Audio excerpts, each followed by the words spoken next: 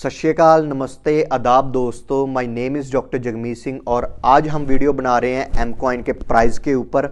Because बड़े दोस्तों की क्वेरी रहती है कि ब्रदर एम कॉइन का प्राइस नीचे क्यों आया, एम कॉइन का प्राइस ऊपर क्यों जाएगा, कब जाएगा। इसके ऊपर मैं पहले भी वीडियोस बना चुका हूँ, यूट्यूब पे भी डाली है, मेरे ख्याल से बड़े लोगों ने सुनी होगी।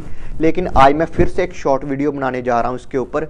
रीज़न क्या है, क्योंकि बड़े लोगों की साइकोलॉजी है, वो पॉइंट को समझ नहीं पाते कि एक्चुअली मार्केट चलती कैसे है, प्राइस ऊपर नीचे कैसे जाते हैं। आज की वीडियो में शॉर्ट वीडियो रखूंगा, ज़्यादा डिटेल में नहीं जाएगी। एग्जाम्पल के साथ आपको समझाने की कोशिश करूंगा कि एक्चुअली में ये प्राइस ऊपर नीचे कैसे होता है, प्राइस नीचे क्यों आया और कब ऊपर जाएगा, कैसे ऊपर जाएगा। आपको टोटली इस शॉर्ट वीडियो में क्लीयरेंस मिल जाएगी। सबसे पहले हम बात करें कि प्राइस ऊपर जाता कैसे है, एम कॉइन का प्राइस ऊपर कैसे गया।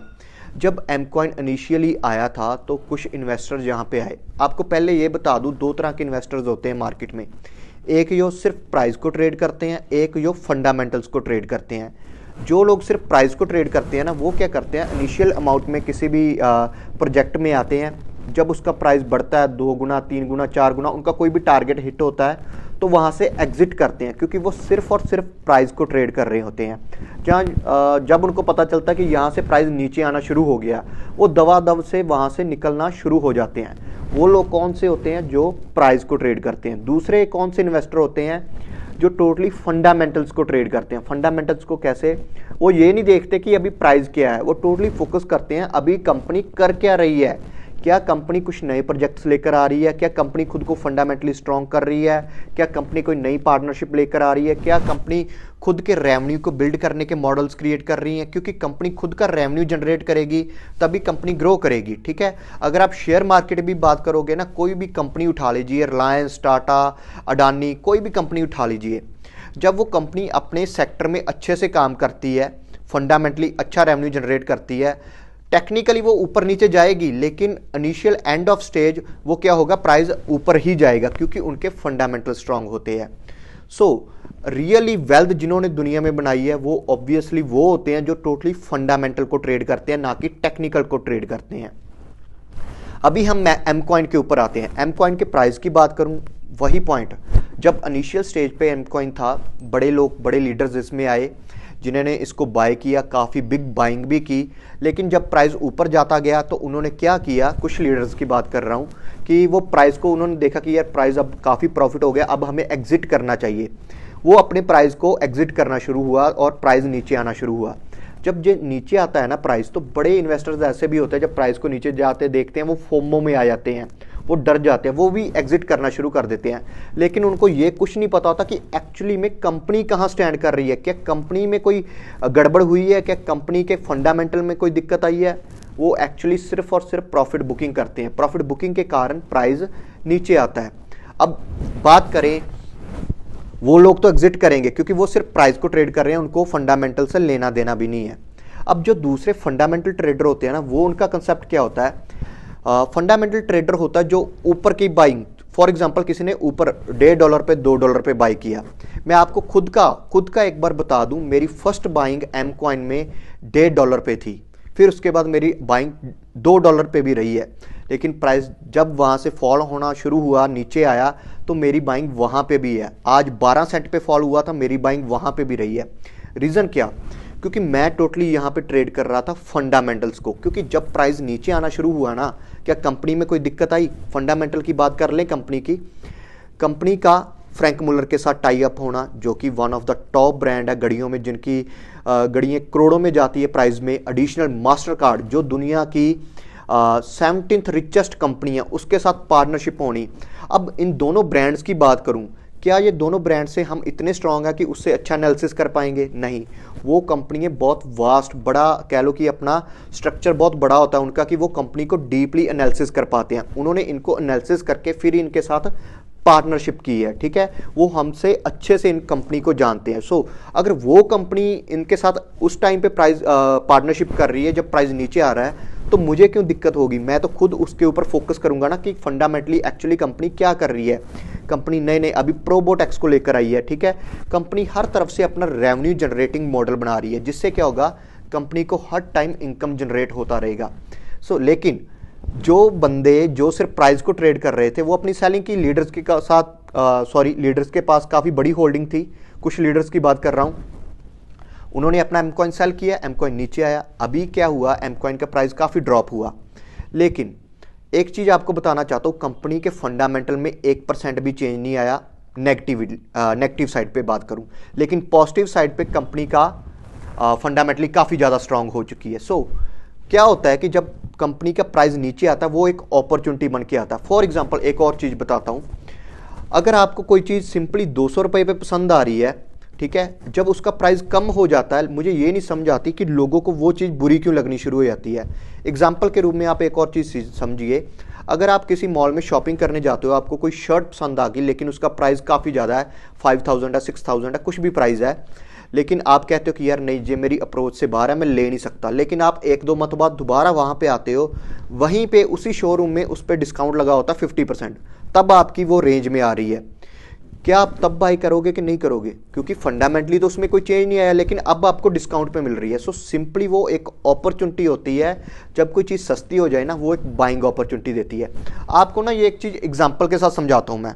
यहाँ पे ना मैं स्क्रीन रिकॉर्डर ऑन करता हूँ, क्योंकि यहाँ से आपको बहुत अच्छे से क्लियरेंस मिलेगी। ओके, मैं यहाँ पे एक अमेज़ॉन कंपनी की बात करूँ, कंपनीज बहुत हैं जिनके ऊपर हम बात कर सकते हैं, लेकिन आपको क्लियरेंस देना चाहता हूँ कि एक्चुअली में क्या होता है। अमेज़ॉन कंपनी की बात करें ना, दुनिया की 3rd-4th रिचेस्ट कंपनी है जिसके पास इतना ज़्यादा पैसा है। ये मैंने अमेज़ॉन कंपनी का मंथली चार्ट खोला है, यहाँ पे मंथली टाइम फ्रेम की कैंडलस्टिक्स है। इसकी हिस्ट्री आप देखिए, ये इस कंपनी का प्राइस कहाँ से शुरू हुआ, इस कंपनी का प्राइस शुरू हुआ लगभग 0.06 सेंट से, ठीक है। कितना ऊपर गया, कंपनी की रैली देख लीजिए, कंपनी का प्राइस गया लगभग $5.6 तक ऊपर गया, ठीक है। $5.5 समझ लीजिए, $5.5 तक ऊपर गया। लेकिन $5.5 के बाद कंपनी का फॉल कितना आया, जब उसमें फॉल आया ना, प्राइस कितना फॉल हुआ, हमें यह देखना है एक बार। उसके प्राइस की तरफ अगर मैं फोकस करूं तो अपने ऑल टाइम हाई से उसका प्राइस ऑलमोस्ट फॉल हुआ 95% के करीब, ऑलमोस्ट 95%। एग्जाम्पल के रूप में किसी ने 1 लाख रुपया लगाया इस कंपनी में, उसका सिर्फ और सिर्फ 5000 रुपीज़ रह गया। अभी सेम क्या होता है कि अमेज़ॉन की कंपनी क्या करती थी, अमेज़ॉन की कंपनी एक सर्विस प्रोवाइड करती थी, ठीक है। जब अमेज़ॉन की कंपनी आई थी, इन्होंने एक सर्विस प्रोवाइड करनी शुरू की कि आप ऑनलाइन शॉपिंग कर सकते हो। वहाँ पे शुरू में तो उसका प्राइस बहुत ऊपर गया, लोगों ने दबादब बाई की, है ना। जब प्राइस ऊपर चला गया तो लोगों को क्या लगा, अब हमें प्रॉफिट बुकिंग करनी चाहिए। लेकिन जिन्होंने वहाँ पे प्रॉफिट बुकिंग की, नीचे आता तक सेल किया, उनको ये नहीं पता था कि फंडामेंटली कंपनी क्या है, कंपनी का फ्यूचर क्या रहेगा। सो वो सेल करते गए 95% उसको नीचे ले आए। लेकिन 95% के बाद जब कंपनी की यूटिलिटी बढ़नी शुरू हुई, ठीक है, क्योंकि तब अमेज़ॉन इतना यूज़ नहीं होता था, लेकिन धीरे धीरे जैसे जैसे उसकी यूटिलिटी बढ़ती गई, उसका प्राइस भी बढ़ता गया। जिस बंदे ने $5, $5.5 पे भी उसको बाय किया था, 5000 रहने पे 1 लाख लगाया, 5000 रह गया, फिर भी नहीं सेल किया, उसका भी आज कितनी अमाउंट बनती है हम देखें तो, एक बार फोकस करें तो $224 का आज प्राइस है। $5 वाले का भी आज $224 बन रहे हैं। लेकिन अगर आप सिंपली देखिए, अगर प्राइस आपको $5 पे कोई चीज़ अच्छी लग रही थी, नीचे आता गया, लेकिन आपको ये पता था कि इसका फ्यूचर रहने वाला है, आपने $4 पे भी बाय किया, 3 पे भी बाय किया, 1 पे भी बाय किया, आधे डॉलर पे भी बाय किया, 20 सेंट पे भी बाय किया, ठीक है, क्योंकि उसका प्राइस लगभग 27 सेंट तक आया था, आपने 27 सेंट पे भी बाय किया। लेकिन तब जहां से ऊपर जब प्राइस जाना शुरू हुआ, तब उनका प्रॉफिट कितना बड़ा बना होगा। सेम थ्योरी मैंने अप्लाई की है। मैंने बाइंग पहले $1.5 पे थी, $2 पे भी मेरी बाइंग रही है, उसके बाद प्राइस नीचे भी आया, 2.5 तक भी गया था, उसके बाद नीचे भी आया, हर टाइम पे मैंने बाइंग किया। रीजन ऑफ बाइंग क्या था कि मैं सिर्फ और सिर्फ फंडामेंटल्स को ट्रेड कर रहा था।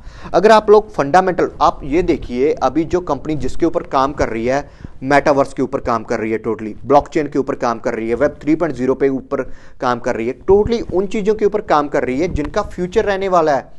लेकिन आज उन चीज़ों की यूटिलिटी नहीं है। जब इन चीज़ों की यूटिलिटी आ जाएगी तब आपको ये प्राइस नहीं मिलेगा। अमेज़ॉन का अगर आप ढूंढोगे कि आपको आज $5 पे मिल जाए, पॉसिबल नहीं है। 20 सेंट तो बहुत दूर की बातें हैं। जब किसी चीज़ की यूटिलिटी आ जाती है तब उसका प्राइस उस भाव पे नहीं मिलता। लेकिन यहाँ पे क्या होता है, लोगों का जो माइंड सेटअप होता है ना, शॉर्ट टर्म सिनेरियो का होता है। वो सोचते हैं कि जब हमने बाय कर लिया, प्राइस ऊपर ही जाना चाहिए। ऐसे ब्रदर नहीं होता। प्राइस एक्चुअली क्या होता है, प्राइस लोगों के सेंटिमेंट्स के ऊपर होता है, प्राइस कम्युनिटी के ऊपर होता है। लोग जब प्राइस को ट्रेड कर रहे हैं तो ऑब्वियसली जिन लोगों ने बड़ी बाइंग की है वो तो नीचे जब सेल करेंगे नीचे आएगा ही आएगा। यहां पे इस स्टेज पे कंपनी ने एक एम कॉइन की भी सेलिंग नहीं की है। कंपनी का अपना पोर्टफोलियो वैसे का वैसा ही पड़ा है, कंपनी खुद सेलिंग नहीं कर रही। कंपनी के प्राइस टारगेट्स बहुत बड़े हैं, कंपनी खुद बाय बैक कर रही है। जो लोग सेल कर रहे हैं ना नीचे के भाव पे, कंपनी वहां पे भी बाय बैक कर रही है। जब वहां पे बाय बैक करेगी, जब प्राइस ऊपर जाएगा, सबसे ज्यादा बेनिफिट किसको होगा, कंपनी को होगा। लेकिन जो इन्वेस्टर इस प्राइस पे भी सेल कर रहे हैं, मुझे नहीं पता वो कौन से प्राइस को ट्रेड कर रहे हैं, शायद उनको यहाँ पे 1x 2x 3x प्रॉफिट बन रहा होगा इसलिए सेल कर रहे होंगे। मींस कि वो लॉन्ग टर्म का विजन लेकर नहीं चल रही, वो सिर्फ शॉर्ट टर्म के प्रॉफिट के लिए ट्रेड कर रहे हैं। लेकिन जब जिनके विजन लॉन्ग टर्म के होते हैं, लॉन्ग टर्म सिनेरियो होता है, क्योंकि अभी ये डेवलपिंग फेस में है, जिस दिन ये डेवलप हो जाएगा, मेटावर्स प्रॉपरली आ जाएगा, सभी लोग मेटावर्स को यूज करना शुरू कर देंगे 2030 तक, ये ऑब्वियसली नॉर्मल बात है। जब ये चीजें हो जाएंगी तब ये प्राइस नहीं मिलने वाली, तब प्राइस बहुत ऊपर होगा। ठीक है, सो अगर आप रियली इसमें आए हो तो मैं आपको एक चीज कहूंगा, प्राइस से ज्यादा आप फंडामेंटल के ऊपर फोकस करें कि एक्चुअली कंपनी कौन कौन से प्रोजेक्ट लेकर आ रही है, कंपनी क्या कर रही है, अगले साल 2025 का रोड मैप क्या रहने वाला है। प्राइस से ज्यादा क्वेश्चन आपके क्वेश्चन होने चाहिए कंपनी कर क्या रही है। अगर कंपनी कुछ पॉजिटिव कर रही है तो ऑब्वियसली मेरा प्राइस ऊपर जाएगा ही जाएगा, क्योंकि उसकी डिमांड बढ़ेगी। प्राइस को लेकर अगर आप फोकस करते रहोगे तो ऑब्वियसली आज नहीं तो कल या तो आप बहुत छोटा प्रॉफिट लेकर निकल जाओगे या आप लॉस में निकल जाओगे कि भाई कहीं मेरा पैसा ना डूब जाए। सो कोशिश करो कि फंडामेंटल्स को ट्रेड करना, ना कि प्राइस को ट्रेड करना। अगर फंडामेंटल को देखना है तो आप इनकी वेबसाइट्स पे जाइए, जितने भी साजवान सर, गैरा सर रोज दिखाते हैं इनका ब्लॉकचेन कौन सी है, सब कुछ वो आपको डिटेल में दिखाते हैं।